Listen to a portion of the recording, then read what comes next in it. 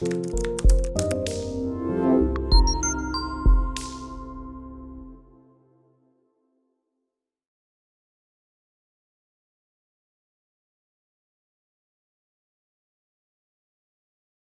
Student,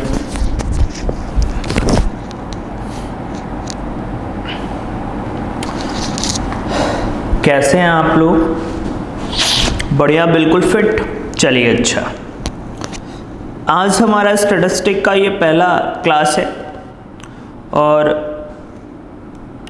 last lecture में हमने discuss किया था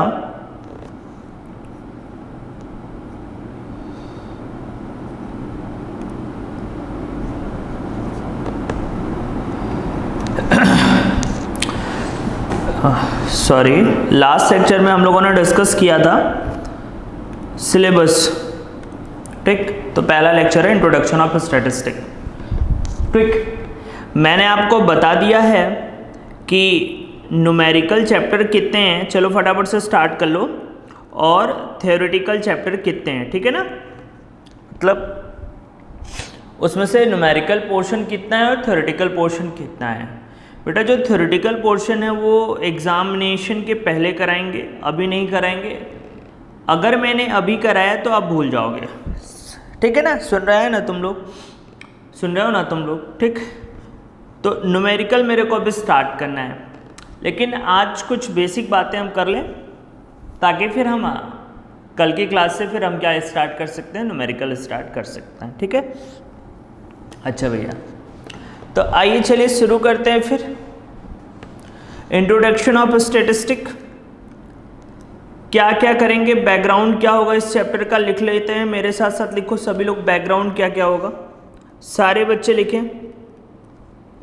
बैकग्राउंड क्या क्या होगा।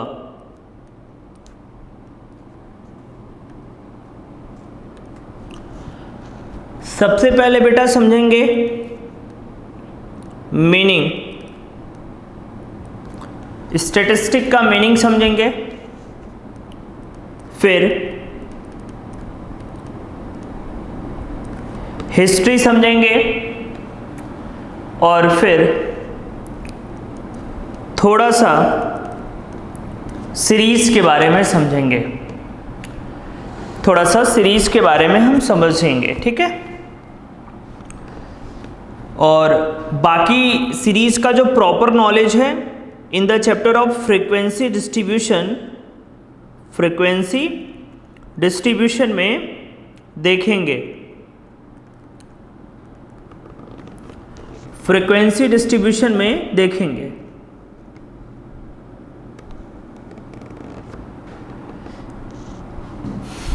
ठीक, तो चलिए शुरू करते हैं मीनिंग ऑफ द स्टैटिस्टिक। पहले मैं समझाता हूं, लिख लिया आपने, फिर मैं आगे बात करता हूं। बेटा, कहाँ ऐसी जगह नहीं है जहाँ पे स्टैटिस्टिक की बात नहीं हो रही है आजकल। जैसे अगर आपको मालूम है तो इलेक्शन के टाइम पे किस पार्टी को कितने परसेंटेज वोट मिलेंगे। माना कि बीजेपी को 56% वोट मिलेंगे एंड कांग्रेस को 44% या कांग्रेस को 40% वोट मिलेंगे। ठीक, तो ये जो परसेंटेज की बात होती ये भी क्या है, स्टैटिस्टिक है। कहां पे स्टैटिस्टिक यूज नहीं हो रहा है? आप फूड कॉरपोरेशन से ले लीजिए, आप एजुकेशन सेक्टर को ले लीजिए, कहीं पे भी आप किसी भी सेक्टर को ले लीजिए, किसी भी ऑर्गेनाइजेशन को ले लीजिए, वहां पे बेटा स्टैटिस्टिक की बात जरूर होगी। स्टैटिस्टिक के बिना कुछ भी नहीं हो सकता। इसीलिए स्टैटिस्टिक को कहा जाता है बेटा number of science. Statistic is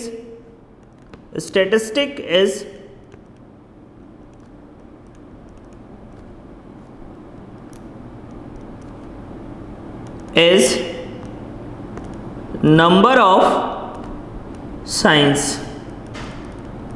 हमारा जो स्टैटिस्टिक होता है वो नंबर ऑफ साइंस होता है। और जैसे ही इसने साइंस बोला, सुनते जाओ, लिखना नहीं, अभी रुक जाओ, अभी आ रहे हैं बेटा, आ रहे हैं। ठीक, सुनो, सुनो ना सुनो ना, सुन लो ना। ठीक, सुनो बात को, ठीक है। कितने प्यारे बच्चे हो आप लोग, तो सुनते जाइए।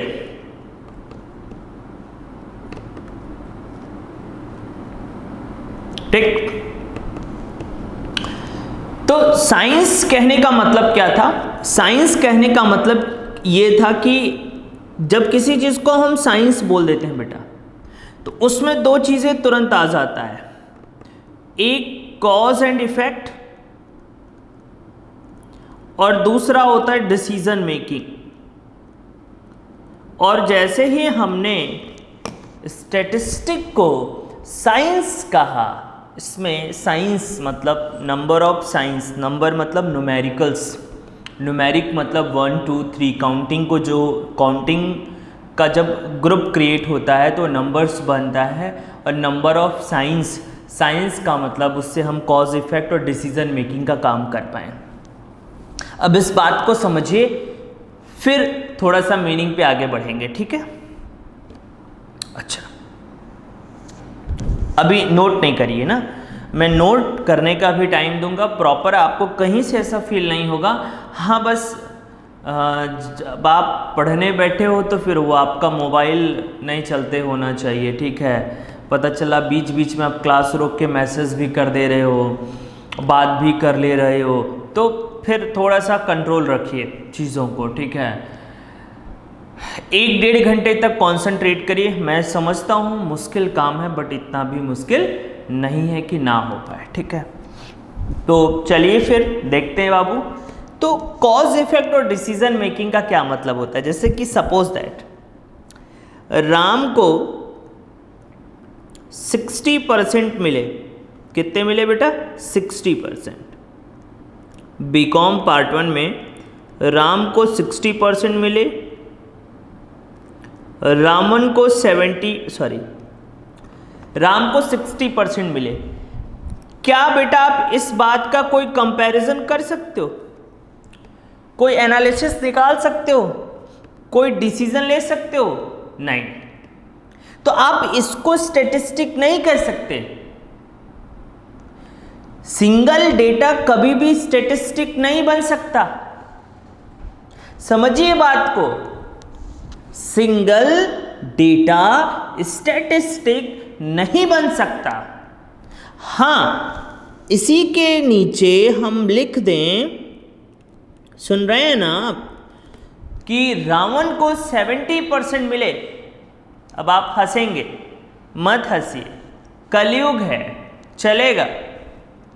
रावण को 70% मिले। अब कंपैरिजन कर सकते हैं, हाँ रावण पढ़ने में तेज था, ठीक है, राम जी पढ़ने में कमजोर थे, या राम पढ़ने में कमजोर था। राम जी ना बोले, नहीं तो हो सकता है आप मेरे ऊपर भड़क जाएं, ठीक है। मैं किसी भी तरीके से मैं एक जस्ट मतलब एग्जांपल लेने की कोशिश कर रहा हूं। अब आप कंपैरिजन कर पा रहे हैं, तो बेटा स्टैटिस्टिक होने के लिए सबसे पहले आपके अंदर कौन सी क्वालिटी होनी चाहिए? कंपैरिजन की। कंपैरिजन की क्वालिटी होनी चाहिए। अगर कंपैरिजन की क्वालिटी है और उस कंपैरिजन से आप एनालिसिस कर पा रहे हैं और एनालिसिस करके आप किसी रिजल्ट तक पहुंच पा रहे हैं, तो वो स्टैटिस्टिक है, अदरवाइज नहीं।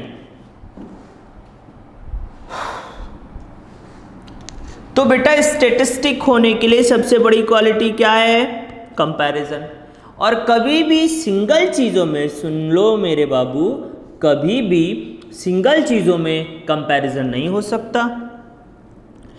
कभी भी सिंगल चीज़ों में एनालिसिस नहीं हो सकता, और कभी भी सिंगल चीज़ों में रिजल्ट फाइंड आउट नहीं हो सकता है। तो ये सबसे इंपॉर्टेंट चीज़ है कि स्टैटिस्टिक होने के लिए, ठीक है, स्टैटिस्टिक होने के लिए कंपैरिजन, एनालिसिस, रिजल्ट होना चाहिए। और ये सारी चीज़ें किस में होनी चाहिए? स्टैटिस्टिक मतलब बेटा डेटा। डेटा मतलब नंबर, न्यूमेरिक डेटा।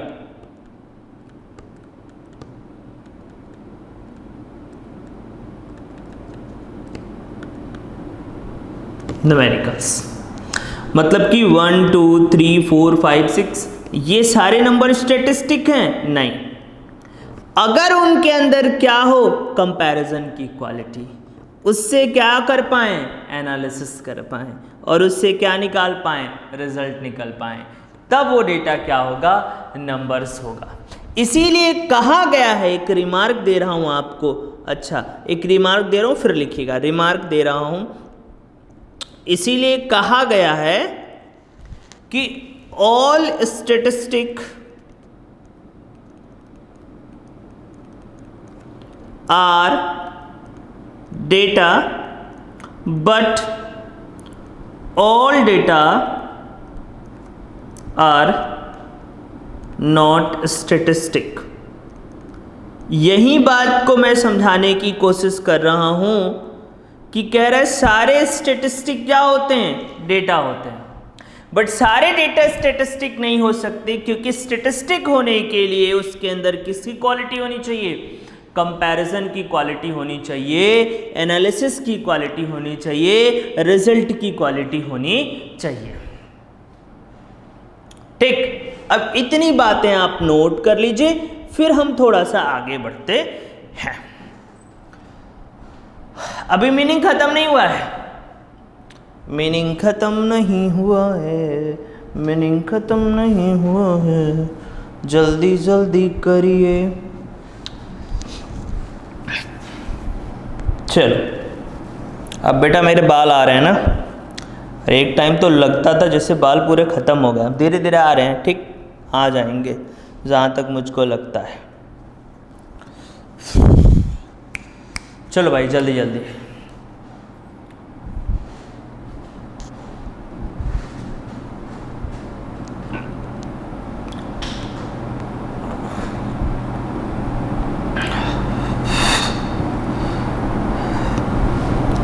साथ में नोट करेंगे। सर अगर नहीं किए तो पाप लगेगा। सर आपको कैसे मालूम? एक कहावत है ना, गुरु से कपट मित्र से चोरी, वही वाली बात है, आप मानो चाहे ना मानो। ठीक, तेरी बिना जिंदगी सिकवा तो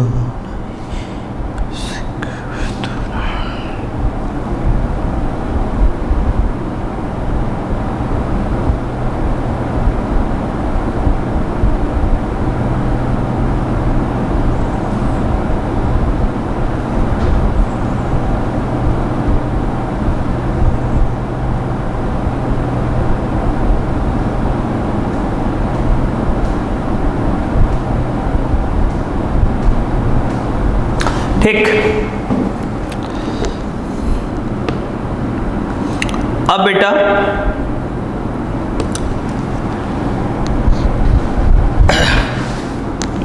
ठीक,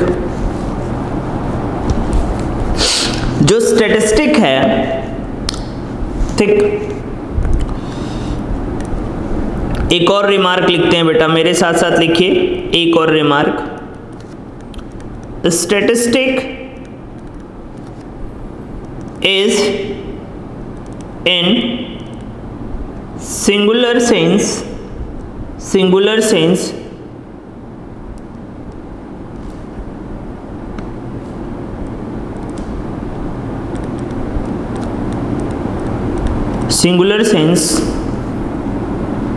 statistic is used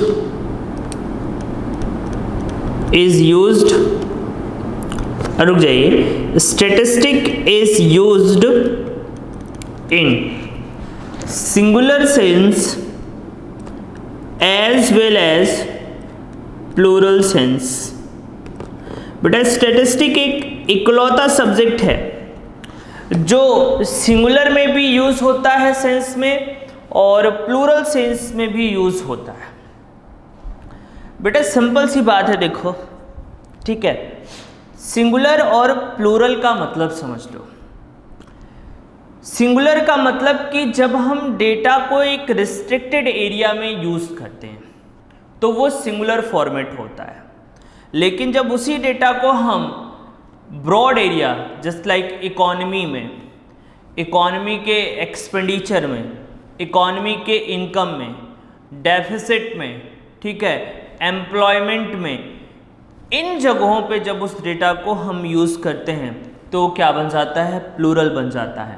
तो स्टैटिस्टिक एक ऐसा इकलौता सब्जेक्ट है जो सिंगुलर सेंस में भी यूज़ होता है और प्लूरल सेंस में भी यूज़ होता है। तो मेरे साथ पहले लिखिए मीनिंग स्टैटिस्टिक इन सिंगुलर सेंस। स्टैटिस्टिक पहले लिख लीजिए इन सिंगुलर सेंस। स्टैटिस्टिक हमारा सिंगुलर सेंस में, बेटा थोड़ा लिखते जाएगा, ठीक है, थोड़ा लिखते जाएगा। Statistic when used, statistic when used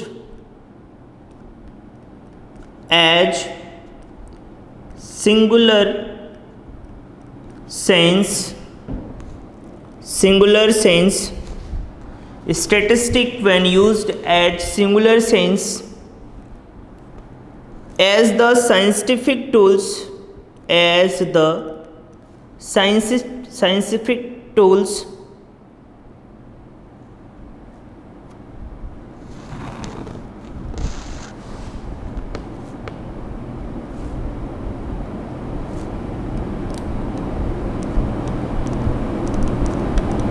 scientific tool that is employed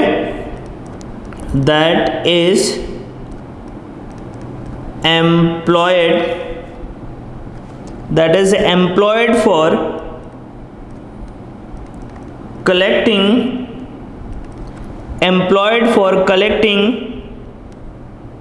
analyzing and presenting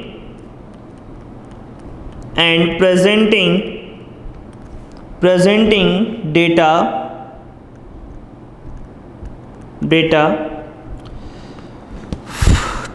to drawing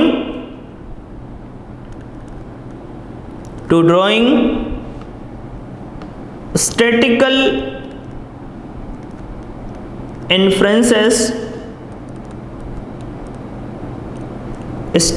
inferences about important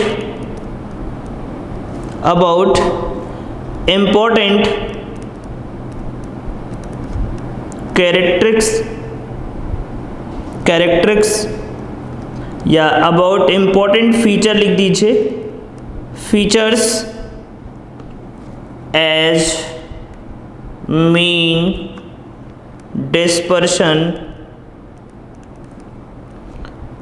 dispersion, correlation,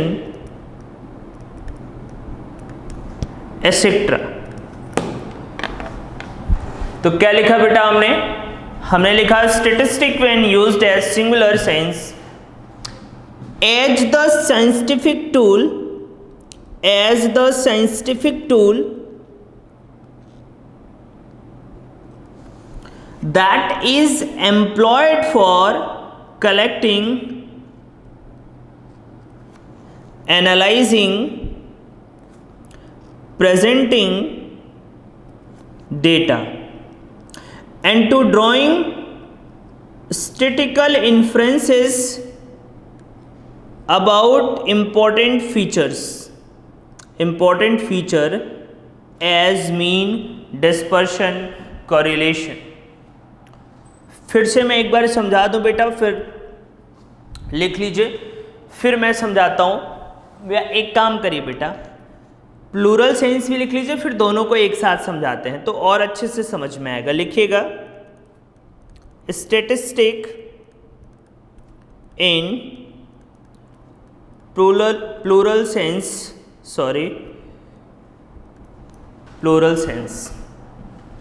ठीक, लिखे इसमें, लिखे statistic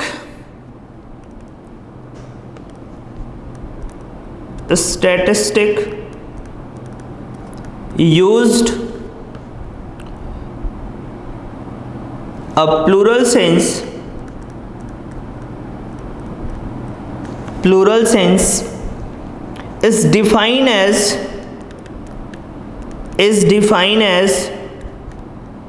data qualitative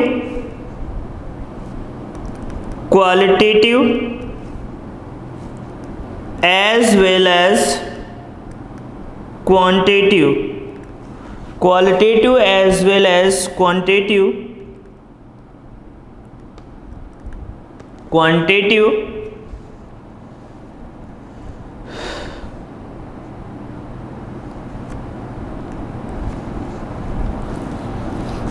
as numerical data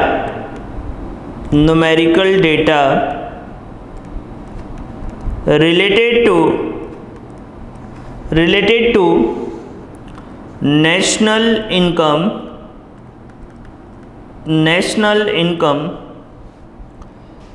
crimes, literacy,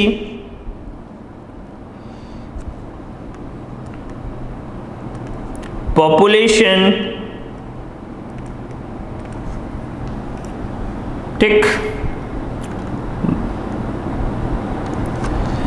national income को highlight कर लीजिए, crimes, literacy, population.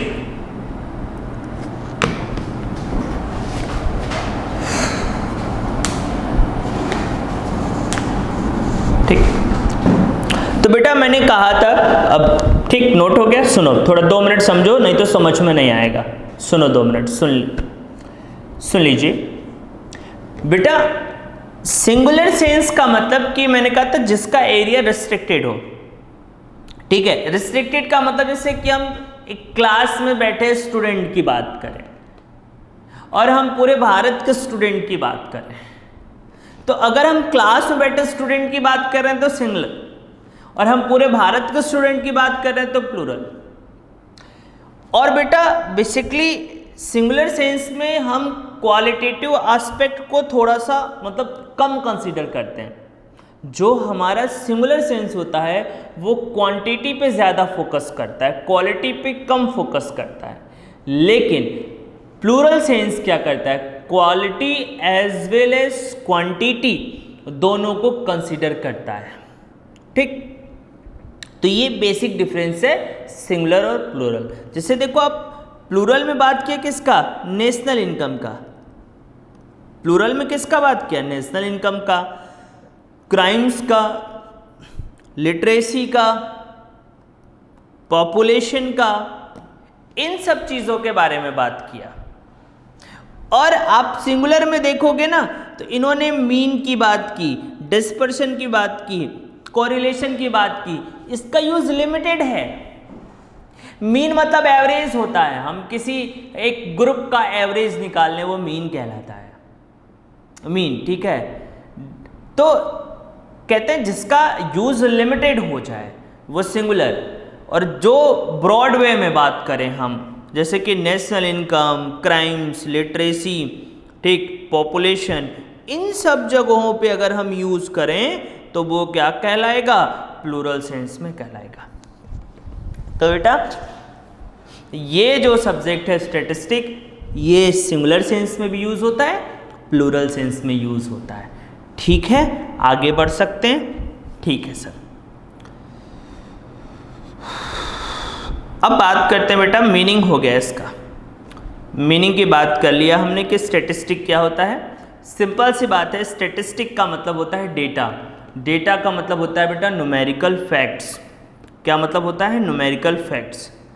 अगर किसी numerical facts के अंदर कंपैरिजन, एनालिसिस और रिजल्ट, इतनी चीज़ें हैं तो वो स्टैटिस्टिक कहलाएंगे। कंपैरिजन कभी सिंगल चीज़ों में नहीं होगा। कंपैरिजन के लिए एटलीस्ट 2 चीज़ें होनी चाहिए, 2 चीज़ें होनी चाहिए, तो उसके बीच में हम क्या कर पाएंगे, कंपैरिजन कर पाएंगे। अदरवाइज कंपैरिजन नहीं कर पाएंगे। तो उसे क्या बोलेंगे बेटा, स्टैटिस्टिक। सुन रहे हो ना बेटा, मैं थोड़ा सा हल्का डेप्थ में जाकर पढ़ा रहा हूँ, तो मुझे लगता है थोड़ा झेलने की कोशिश करिएगा, ठीक है।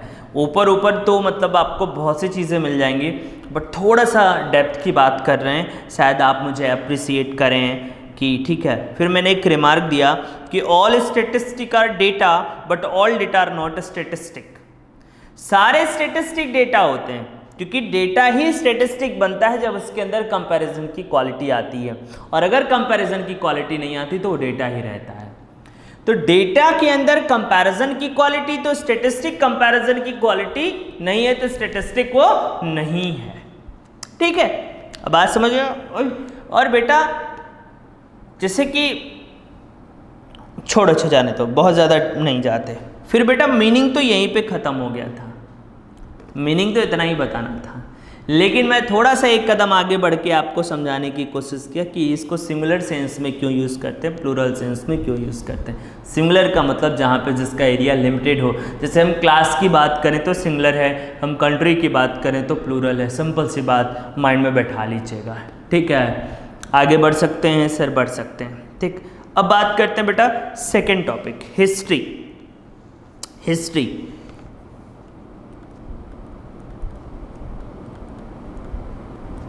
History of statistic.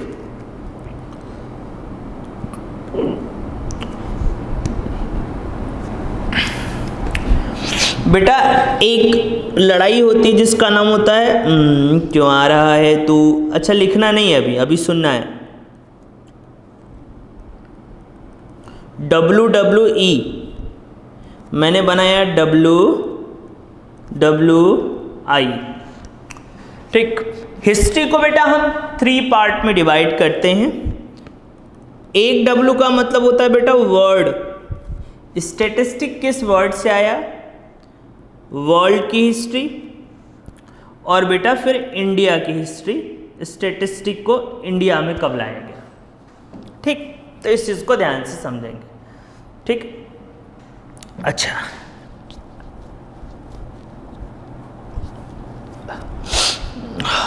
ठीक है, आगे बढ़ सकते हैं बेटा, बिल्कुल। तो पहले वर्ल्ड की हिस्ट्री समझते हैं, फिर बेटा वर्ल्ड की हिस्ट्री समझेंगे, और फिर बेटा इंडिया की हिस्ट्री समझने की कोशिश करेंगे, ठीक बेटा। तो आइए पहले वर्ल्ड की हिस्ट्री समझते हैं। पहला पॉइंट ए, वर्ल्ड हिस्ट्री, ठीक बेटा। वर्ड में पहला लैटिन से आया है, दूसरा, हाँ लिख लीजिए मेरे साथ साथ लिख लीजिए, दूसरा इटालियन से है, तीसरा जर्मन से है, चौथा फ्रेंच से, सॉरी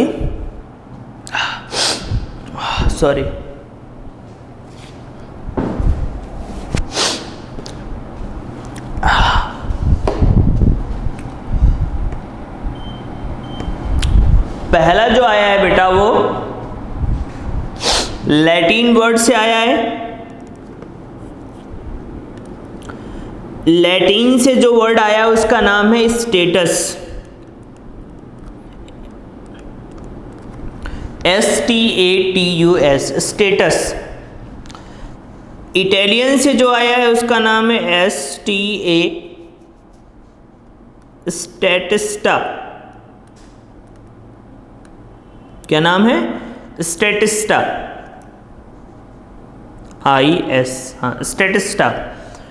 जर्मन से जो वर्ड आया है स्टैटिस्टिक, स्टैटिस्टिक,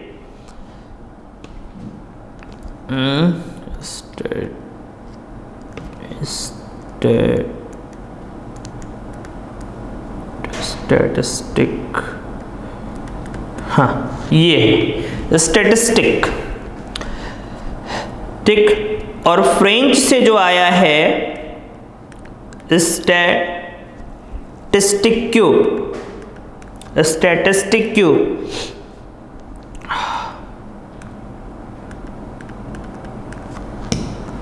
तो बेटा जो स्टैटिस्टिक वर्ड आया है वो 4 वर्ड से बना हुआ है। लैटिन से भी बना हुआ है, इटालियन से भी बना हुआ है, जर्मन से भी बना हुआ है, फ्रेंच से भी बना हुआ है। लैटिन के किस शब्द से बना हुआ है बेटा? स्टेटस से बना हुआ है। इटालियन के किस शब्द से बना हुआ है बेटा? स्टैटिस्टा से बना हुआ है। जर्मन के किस से बना हुआ है बेटा? स्टैटिस्टिक। स्टैटिस्टिक में के है, सी नहीं है। क्या है? के माने किसले? के, किसले? के, याद रखिएगा जर्मन। और फ्रेंच के किससे बना है बेटा? स्टैटिस्टिक क्यू से बना है। ठीक, इन सभी का अगर सेंस की बात करें बेटा, रुक जाइए अब लिखिएगा मत, तो पॉलिटिकल स्टेट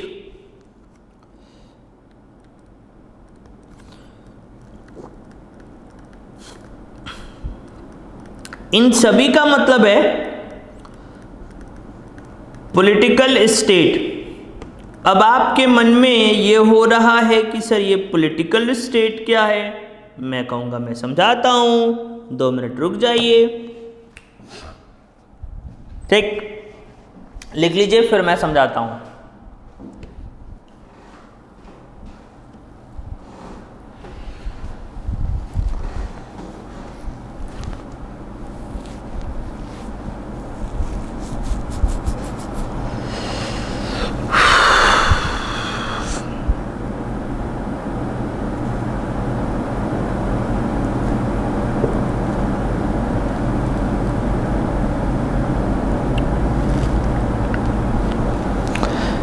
लैटिन के किससे शब्द से आया बेटा? स्टेटस से आया। इटालियन के स्टैटिस्टा से आया है, जर्मन के स्टैटिस्टिक से आया, जिसमें स्टैटिस्टिक में सी नहीं होगा, के होगा।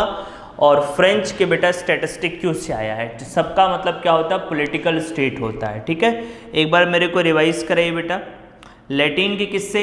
स्टेटस से। हटा देते हैं, हटा देते हैं, कोई कॉपी में नहीं देखेगा। ठीक है, एक बार मेरे को रिवाइज कराइए।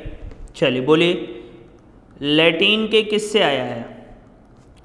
स्टेटस से आया।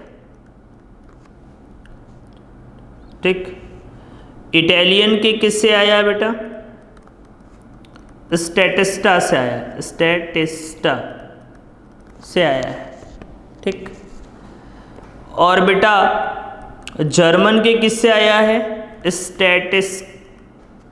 स्टैटिस्टिक।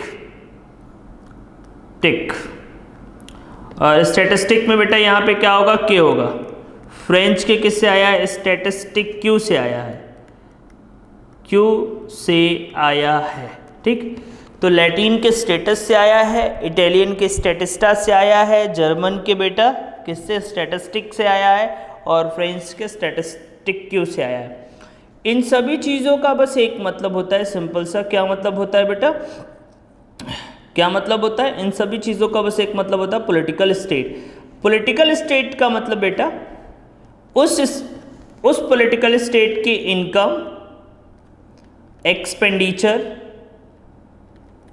पब्लिक पे किए गए पब्लिक वेलफेयर एक्सपेंस, इन सभी चीज़ों के हिसाब को रखने के लिए, इन सभी चीज़ों को रखने के लिए शुरू में स्टैटिस्टिक का यूज़ हुआ था। और कोई मतलब नहीं है पॉलिटिकल स्टेट का। तो वर्ड समझ में आया बेटा? कितने वर्ड से बना है? 4 वर्ड से। अब बेटा वर्ल्ड की बात करें, वर्ल्ड में स्टैटिस्टिक की बात करें। ठीक, वर्ल्ड में दूसरा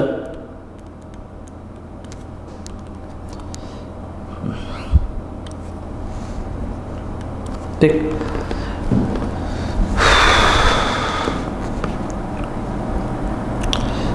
बेटा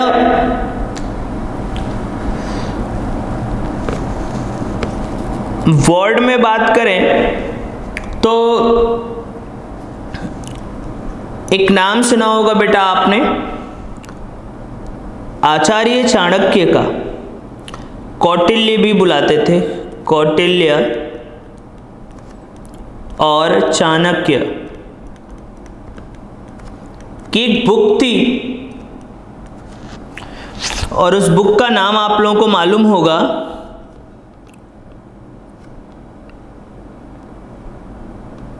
उस बुक का नाम है बेटा अर्थशास्त्र। इस अर्थशास्त्र में बेटा स्टैटिस्टिक का जिक्र मिलता है, ठीक है, स्टैटिस्टिक का जिक्र मिलता है, स्टैटिस्टिक का जिक्र मिलता है, ठीक, इस अर्थशास्त्र में। उसमें भी पॉलिटिकल सेंस में ही मिलता है। किस में बेटा? पॉलिटिकल सेंस में मिलता है। तो बेटा कौटिल्य कौन थे? कौटिल्य आपको मालूम है आचार्य चाणक्य फाइनेंस मिनिस्टर थे, फाइनेंस मिनिस्टर थे। कहाँ पे बेटा? In the court of Chandragupta Maurya, ठीक। तो चंद्रगुप्त मौर्य के कोर्ट में, ठीक है, चाणक्य साहब फाइनेंस मिनिस्टर थे। और उन्होंने एक बुक लिखी थी अर्थशास्त्र।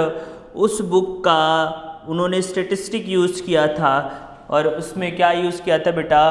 पॉलिटिकल सेंस में, अराउंड जो 4th सेंचुरी के उसमें, ठीक है। चलिए, ठीक, बात समझ में आई कौटिल्य साहब ने, ठीक।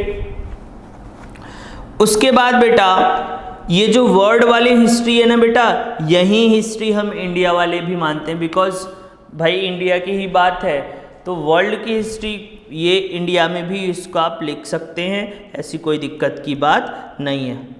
उसके बाद बेटा आईने अकबरी दूसरा लिखिए।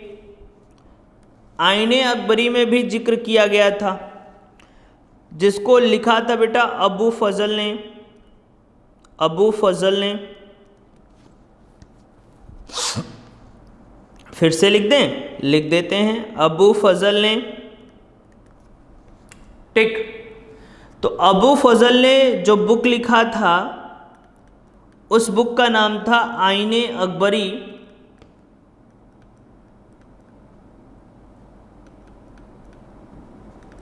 आईने अकबरी।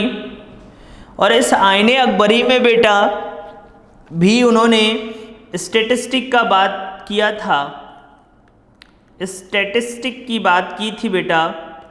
और स्टैटिस्टिक को इन्होंने एग्रीकल्चर की बात करा था, स्टैटिस्टिक में, स्टैटिस्टिक के थ्रू एग्रीकल्चर की बात किया था इन्होंने। अब अबू फजल कौन थे? तो अबू फजल किसके कोर्ट में थे? अकबर के कोर्ट में थे, ठीक। तो ऐसी बहुत सी बातें हैं बेटा, मतलब हिस्ट्री अगर आपको बताने लग जाएं तो आप परेशान हो जाओगे। इसके बाद बेटा अगर हम बात करें तो फिर आते हैं विलियम शेक्सपियर साहब आते हैं, जिन्होंने अपने ड्रामा हैमलेट में स्टैटिस्टिक वर्ड यूज़ किया था और सेंस क्या था? पॉलिटिकल सेंस था। फिर अगर हम बात करें तो जॉन मिल्टन साहब ने एक एपिक लिखा था जिसका नाम था पैराडाइज रीगेंड, वहाँ पे उन्होंने स्टैटिस्टिक का यूज़ किया था। तो ऐसे स्टैटिस्टिक के बहुत से चीज़ें मिलती हैं। तो थर्ड लिखे विलियम शेक्सपियर साहब, विलियम शेक्सपियर साहब, देख लीजिएगा स्पेलिंग क्या है इसकी।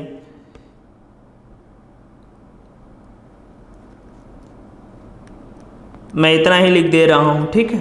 विलियम शेक्सपियर साहब used statistic in his drama name Hamlet in political sense. अच्छा, इतनी बातें याद कर लोगे?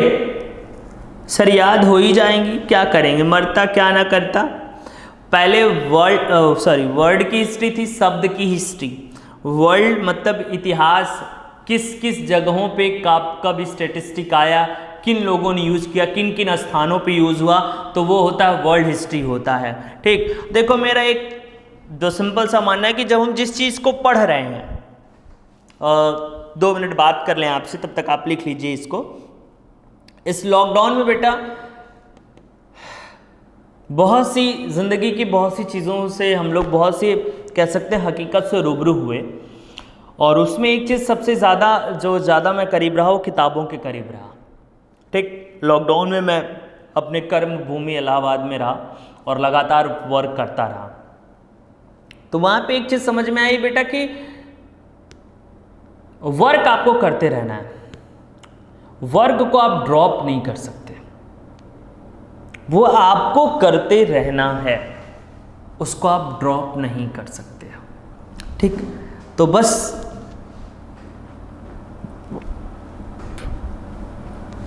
और किसी चीज़ को इतना पढ़ लीजिए कि फिर वो प्रॉब्लम क्रिएट ही ना करे, उसमें प्रॉब्लम क्रिएट करने के लिए जगह ही ना बचे। ठीक है, मैं देख लूँ टाइम कितना हो गया, ज़्यादा टाइम तो नहीं हुआ ना? अच्छा, हे भगवान, ज़्यादा टाइम हुआ, चलो ठीक।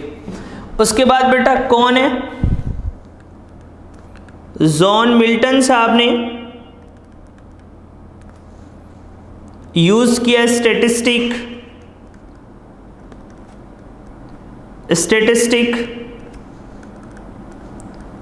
in his epic name Paradise Regained।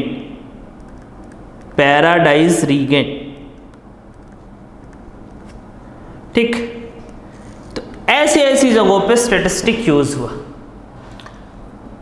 अब मैं कहूँ आपसे कि बताओ who is the father of statistic, तो आप नहीं बता पाओगे।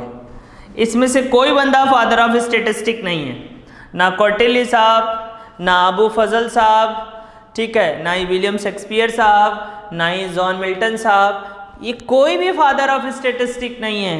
हैं सर, क्या बात कर रहे हो आप? है नहीं, सही बोल रहा हूँ, कोई भी। अच्छा लिखना है, लिख लो भैया, लिख लो, हम तो आपके गुलाम हैं साहब, लिखो। किसी भी ने फादर ऑफ स्टैटिस्टिक नहीं कहा जाता। ठीक, छोड़ दे सारी दुनिया किसी के लिए, ये मुनासिब नहीं आदमी के लिए।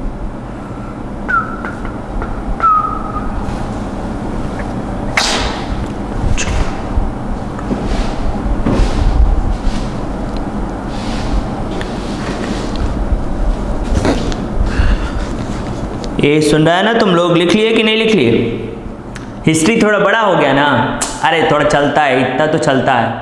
अच्छा, तुम लोग कहते हो कि सर कितना बोलते हैं आप, आदत सी हो गई है। ठीक, अब बस भगवान जल्द से जल्द तुम लोगों से मिला दें यार, बहुत दिन हो गया तुम लोगों को देखे। ठीक,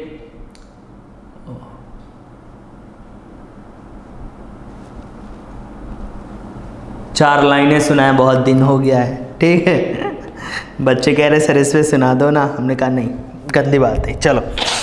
ठीक, तो साहब ना ही कौटिल्य, ना ही अबू फजल, ना ही विलियम शेक्सपियर, ना ही जॉन मिल्टन, ये इनमें से कोई भी फादर ऑफ स्टैटिस्टिक नहीं है। तो लिखिए कौन है फादर ऑफ स्टैटिस्टिक? उनका नाम है बेटा, नाम है उनका गॉट GOTT, गॉटफ्रेड, आप फ्राइड भी पढ़ सकते हैं, फ्रेड अकेनवाल,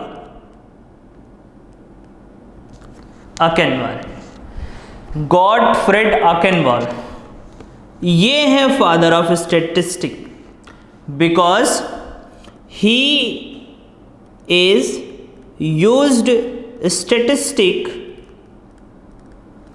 इन ह्यूमन ऑब्जेक्टिव। ठीक, इन्होंने स्टैटिस्टिक को ह्यूमन ऑब्जेक्टिव से रिलेट किया था, इसलिए इनको फादर ऑफ स्टैटिस्टिक कहते हैं। क्या बोलते हैं बेटा? फादर ऑफ स्टैटिस्टिक बोलते हैं। ठीक,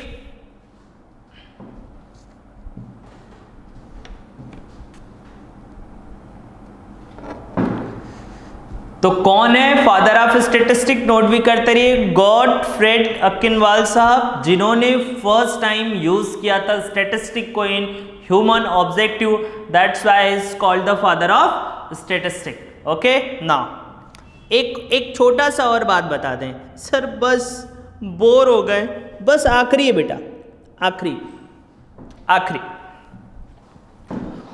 बस आखिरी बेटा, मॉडर्न फादर ऑफ स्टैटिस्टिक कौन है? मॉडर्न फादर ऑफ स्टैटिस्टिक कौन है? Sir Ronald Fisher is called modern father of a statistic. बस, तो father of statistic, modern statistic को कौन इंट्रोड्यूस किया? Father of statistic Gottfried Achenwall साहब, और modern father of statistic sir Ronald Fisher is called modern father of statistic.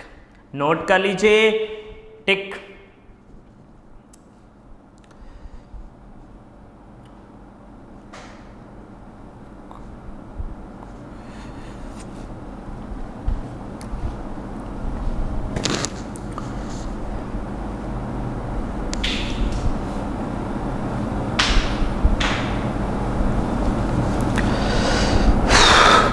ठीक है बेटा, चलो आज हमें 3 टॉपिक कवर करना था बेटा। कितने टॉपिक? 3 टॉपिक कवर करना था। ठीक, जिसमें से मीनिंग हो गया बेटा, हिस्ट्री हो गया, सीरीज रह गया। तो सीरीज बेटा कल वाले लेक्चर में कवर करेंगे, आज ज़्यादा बड़ा लेक्चर नहीं। मीनिंग में हमने singular sense, plural sense, number of science, history में वर्ल्ड हिस्ट्री, इंडिया की हिस्ट्री, ये वाली जो हिस्ट्री है ना, ये वाली इंडिया में ही भी चली जाएगी। किस में चली जाएगी? इंडिया में भी चली जाएगी, तो परेशान नहीं होंगे। ये कंप्लीट हो गया, ठीक है।